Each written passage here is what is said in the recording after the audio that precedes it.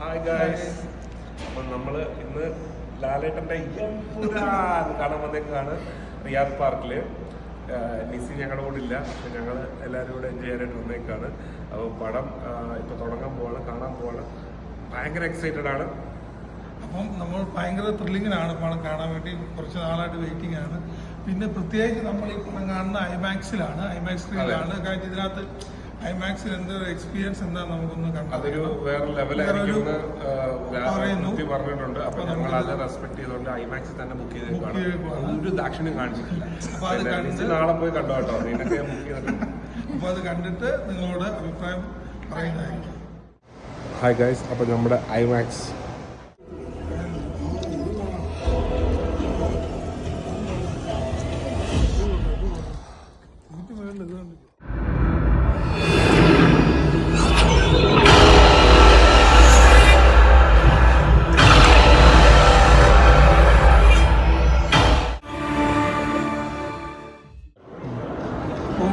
പടം കണ്ടിറങ്ങിയിരിക്കുകയാണ്.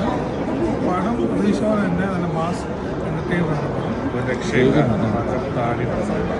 പിന്നെ പൃഥ്വിരാജിന്റെ ഡയറക്ഷൻ വളരെ മനോഹരമാണ്, കണ്ടിരിക്കാം. ഓരോ ഫ്രെയിമും പുള്ളി എടുത്ത ഷോട്ട് അത് നമുക്ക് മസ്റ്റ് തിയേറ്റർ വാച്ചാണ് ഈ പടം.